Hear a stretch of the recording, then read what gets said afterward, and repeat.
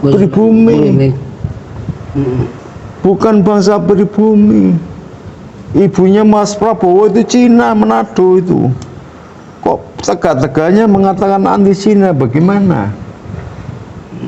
Raden Patah, Raja Islam Demak Jawa pertama, pendiri kerajaan tahun 1400, Cina, anaknya Tan Alok, Dara Jingga.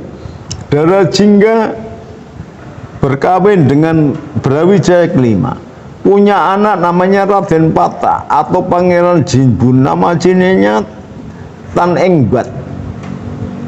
Bibinya Dara Petak, namanya Tan Aling.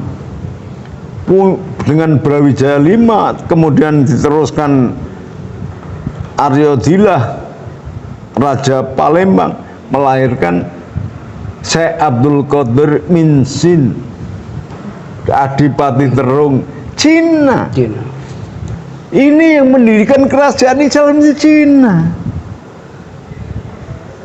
Sekurang-kurangnya bersempetan dengan genetika Cina Mongol, yaitu Maulana Syekh Jamaluddin Al-Kubro itu Cina, namanya Tan Kin Ham.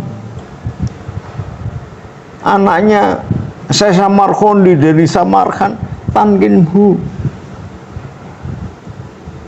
Cucunya namanya Tan Boliang, Raden Rahmat, Sunan Ampel. Ini Cina. Nah, kita ini yang mendirikan kerajaan Islam itu Cina, bukan Yaman. Yaman itu bangsa pengemis, bangsa miskin, sampai sekarang masih perang, miskin-miskin. Naik pesawat aja baunya kayak kandang kerbau. Saya sudah datang ke sana, sudah datang ke Hadramaut, saya saksikan sendiri. Orang yang bikin Ka'bah palsu nggak main-main. Kalau bikin gedung putih palsu nggak apa-apa. Ini bikin Ka'bah palsu, itu orang Yaman. Bagaimana? Gitu loh.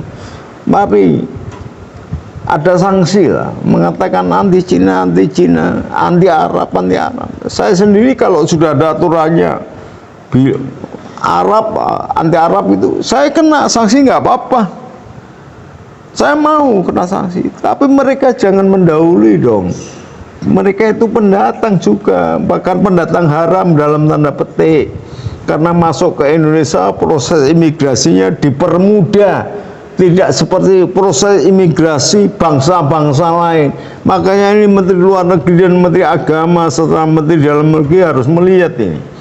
Setiap bangsa yang masuk ke Indonesia harus melewati proses imigrasi yang wajar dan normal sesuai perundang-undangan yang diterapkan. Jangan emban cindi, emban cilatan, anak emas, anak oyang, nggak bisa. Arab sekalian itu malah justru sumbernya biang teroris, orang-orang Yaman itu yang lari kemana-mana. Kesini hanya bikin FPI, bikin Wahabi, bikin Salafi, ngomong bergabung dengan ISIS dan sebagainya. Tidak lanjut dong.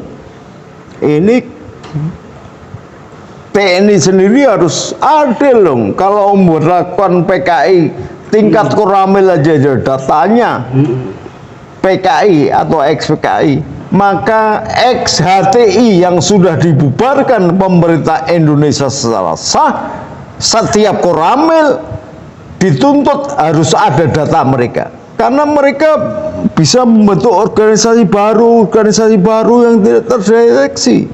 Dengan alasan hak asasi manusia, bikin organisasi baru, organisasi lama nggak jelas.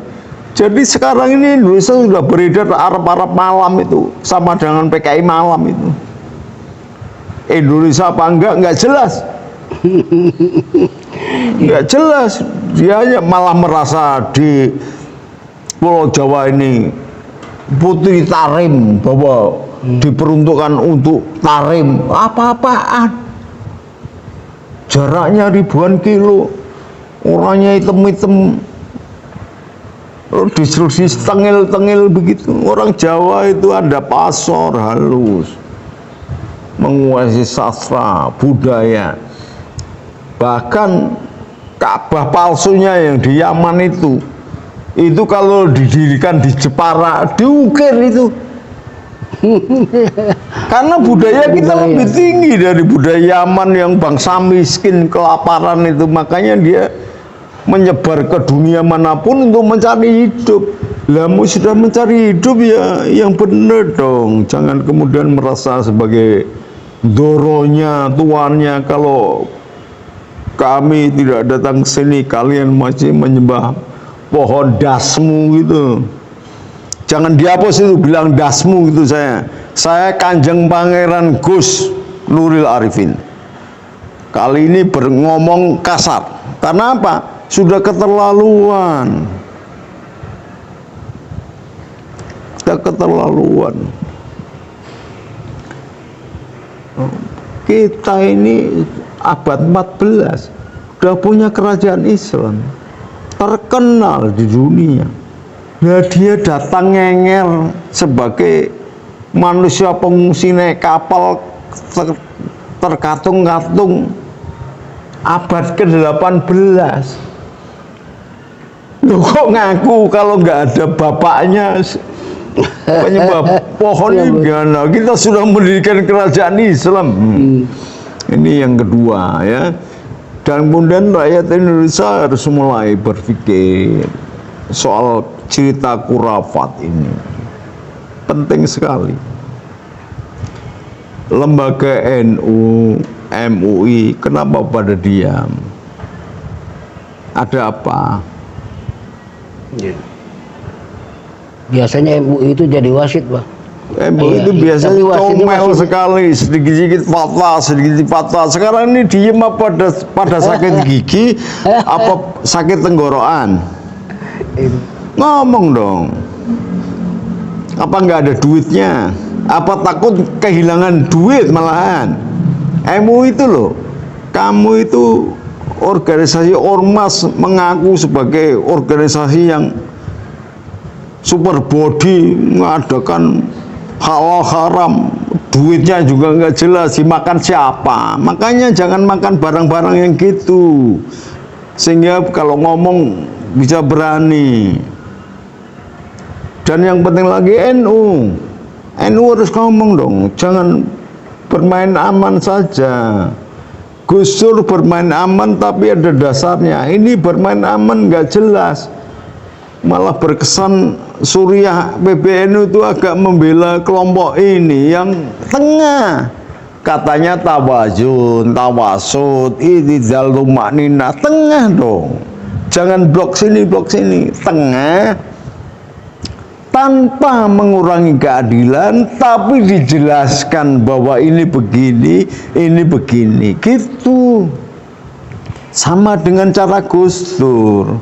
Gus Dur itu tetap ingin mengadili Pak Harto. Perkara salah atau benar, pengadilan yang mengatakan, oh ini salah, ya sudah dimaafkan.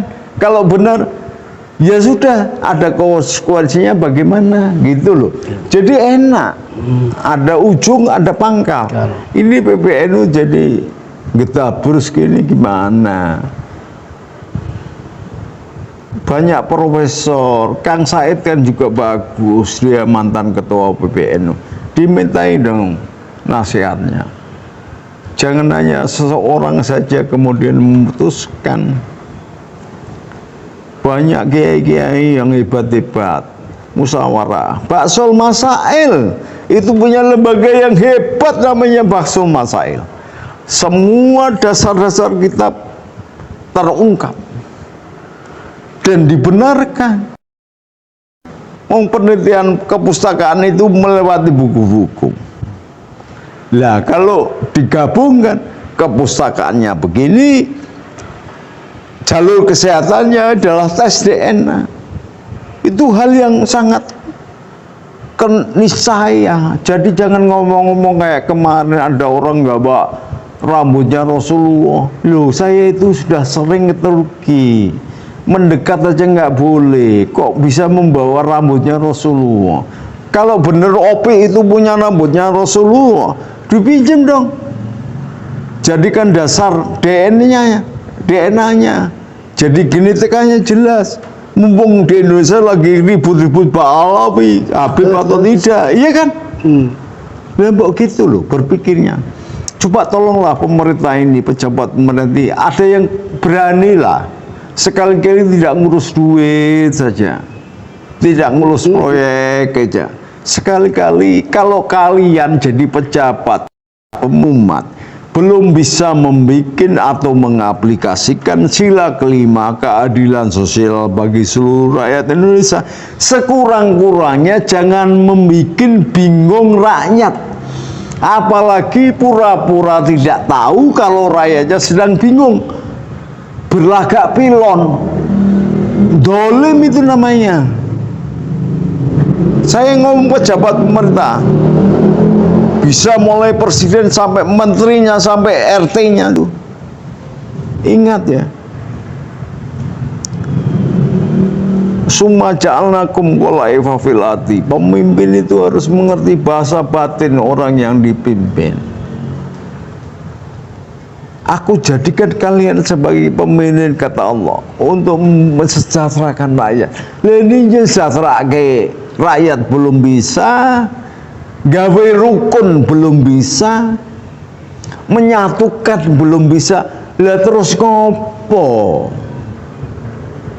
Ini kan belum ada ini. Pemerintah melanggar undang-undang terus dituntut. Kalau belum bisa, acuannya pemerintah ini Undang-Undang Dasar 45. Kalau tidak bisa terlaksana, harusnya ada pengadilan yang menuntut pejabat pemerintah untuk mengadili karena nggak bisa melaksanakan undang-undang. Ini loh, kita ini orang ngerti hukum jajane, tapi pura-pura ahli hukum sehingga kacau semua kayak gini, nggak ada yang ngambil keputusan, takut nggak populer. Tolonglah, ini persoalan penting ditangani segera. Macam luar negeri sudah berangkat kemana-mana, menemukan apa-apa. Cina menyambung Selat Gobi sampai Mekah, ada kereta dari Cina sampai ke Mekah, sudah menyambung sana. Kita ngapain? Kita ngapain? Jadi orang berangkat haji, orang tawaf, orang mau ziarah ke Nabi, pakai keretanya bikinan Cina. Itu dari Gurun Gobi menembus Gurun Gobi ribuan kilometer, membuat relnya dari tanah Indonesia, lumpurnya dari Palu. Lah kok kita yang punya lumpur malah nguplin dengan tok, nguplin dengan tok, nggak pernah bisa membuat semacam baja keras. Pada lumpur Sulawesi itu ditambahi unsur kimia tertentu, bisa kekerasan melebihi baja, sehingga bisa dibikin monorail sampai menembus Gurun Gobi sampai ke Afrika, sampai ke Mekah. Kita apa? Ya makanya kalau kita belum bisa menyenangkan hati rakyat, tolonglah jaga hatinya, mengerti bahasa batin orang yang dipimpin. Jangan kampanye hutan jabatan, sudah menjadi pejabat nggak ngerti tugasnya. Pancasila aja ada yang nggak hafal, itu menterinya SBY itu. Lagu Indonesia aja nggak hafal, tapi giliran selesai jadi kabinet, sak rantang-rantang, sak panci nih, sak wajane digobalik. Ini harusnya jadi ibu BPKK, bukan menteri. Jadi pemerintah harus tegas. Cerita-cerita khurafat sudah tidak boleh lagi diberitakan. Jadi mengatakan mbahnya ini 70 kali, mbahnya baca Quran katam sehari semalam sekian kali, memang nggak makan, nggak tidur. Allah nggak suka begitu, berlebih-lebihan baik dalam beribadah pun tidak boleh. Jadi Rasulullah itu memilih garis tengah, biasa-biasa. Maka jangan dimunculkan cerita yang bohong, tetapi bisa membangun kerusakannya iman bangsa Indonesia. Hormatilah Wali Songo yang sudah lebih dahulu memperjuangkan Islam, dakwahnya sekian ribu tahun yang lalu, dan mereka tidak pernah membangga-banggakan. Jadi janganlah kalau kamu punya cincin emas berlian sak telur ayam, buat apa kamu pamerkan? Akan menyakiti hati orang yang miskin. Kalau kamu memamerkan nasabmu sampai Nabi sekalipun kata itu benar, apa kamu nggak tahu bahwa itu menyakiti hati yang lain?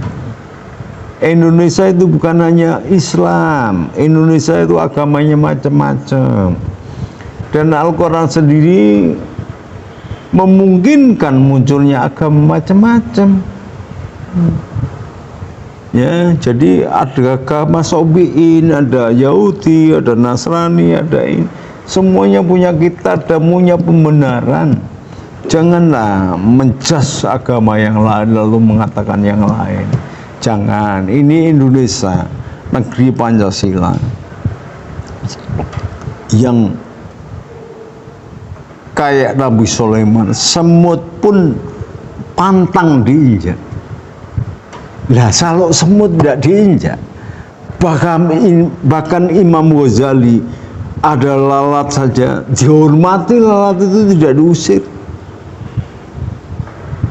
Bahkan Abu Hurairah itu demikian sayangnya dengan kucing, maka sampai karena kucingnya kedinginan, di depan ada Sayyidina Ali pulang dulu mengembalikan kucing, ditaruh di tungku yang hangat, baru sholat sampai sholatnya terlambat. Ini kan nilai-nilai yang hebat yang dilaksanakan menjadi sunnahnya Nabi dan sunnahnya sahabat. Makanya disebut Ahlus Sunnah wal Jamaah.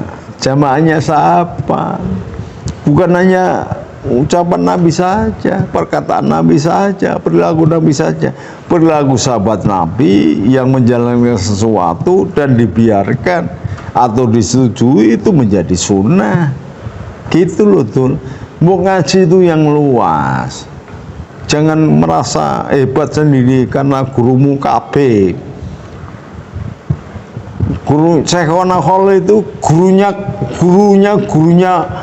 seluruh bangsa Arab, bukan hanya Kabib.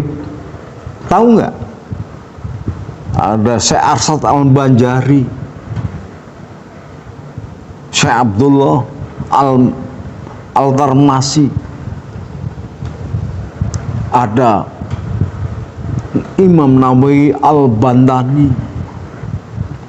banyak, ada Syekh Ali Kurki Al-Buni, banyak orang Jawa, ada Syekh Yakub Al-Jumbangi. Loh, bukan aja mbah-mbahmu yang datang ke sini terus kamu mengatakan begitu, aduh menyakiti dong. Cobalah biasakan dengan rujukan tafsir yang jelas. Kitab Jalalain itu mengatakan kita boleh nggak menghukumi sesuatu? Boleh.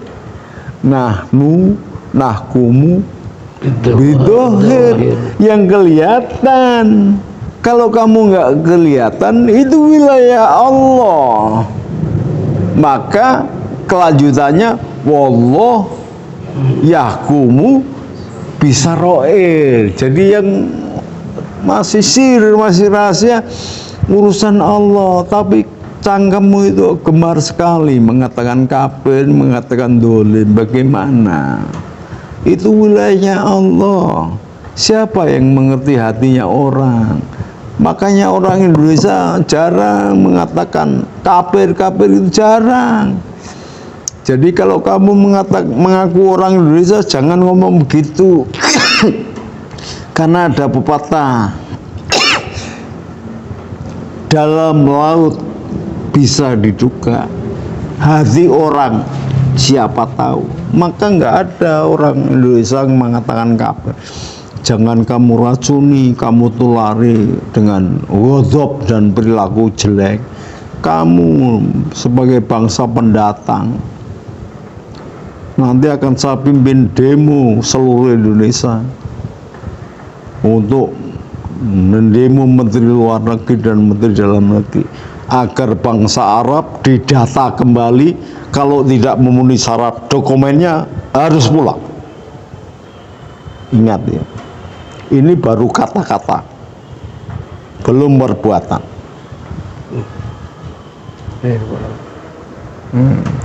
Bukan hanya kamu yang berani berantem, semua orang Indonesia ini bangsa pejuang, bangsa berantem, berjuang. Itu sudah biasa sejak dulu. Banyak ribuan kerajaan ada di sini. Kamu punya negara aja udah pecah, nggak karuan kok. Nah, kurang baik. Jangan ya, udahlah, berhenti. Jangan mengklaim-klaim yang bersifat bodoh dan jumut begitu. Jangan cerita-cerita khurafat yang jumut gitu. Mbahnya bisa terbang lah. Gimana sudah sampai di mana? Terbang aja. Ini apa-apaan sih? Kalau bisa terbang, kenapa kalian tidak berangkat umroh, terbang aja? Masa sampai antri ganggu Departemen Agama menyusun daftar haji, daftar umroh sampai sekian tahun? Kalau kamu bisa terbang, terbang dong. Saya tak beli tali, tolong talinya saya dibawa, saya tak gadul biar ikut terbang, gitu loh. Ini cerita-cerita yang nggak kena agama, yang sangat rasional dan berakar, jadi kemudian jadi tradisi agama yang jumut, ketinggalan zaman, tertinggal, bahkan cenderung jahiliyah. Karena apa? Karena masih mengunggulkan nasab. Kata Sayyidina Ali, ini aku, bukan ini bapakku, bapakku loh ini, bukan, ini aku. Jangan menyombongkan bapaknya, bapaknya itu baik, belum tuh baik anaknya. Oh, buktinya pamannya Rasulullah Abu Jahal jadi musuh, Abu Lahab jadi musuh, Abu Thalib jadi temennya. Gimana coba? Paman itu yang ke Jakarta namanya Abu Gosok itu juga jadi musuh, jadi biang keracunan, itu menyebar keracunan. Jangan ya, jangan ngomong dunia sedikit-sedikit dunia. Kalian itu tuh klaimnya malaikat, klaimnya Allah, bukan kamu. Allah selama ini saya buka kitab sedunia, tidak ada yang mengatakan bahwa Allah menunjuk makelar surga, menunjuk makelar Surga. neraka. Nggak ada. Apalagi terus mengatakan ada SK pengangkatan, Allah berbuat dan tidak berbuat bergantung dari kemauan mbahmu gitu. Nggak ada. Allah fa'alu lima yurid, dalam berbuat sekehendak hatinya, tidak tergantung kepada mbahmu atau gundulmu. Ingat itu ya, itu keimanan, itu akidah. Ini jangan sembarang kamu jual belikan dengan murah. Assalamualaikum warahmatullahi wabarakatuh. Waalaikumsalam warahmatullahi.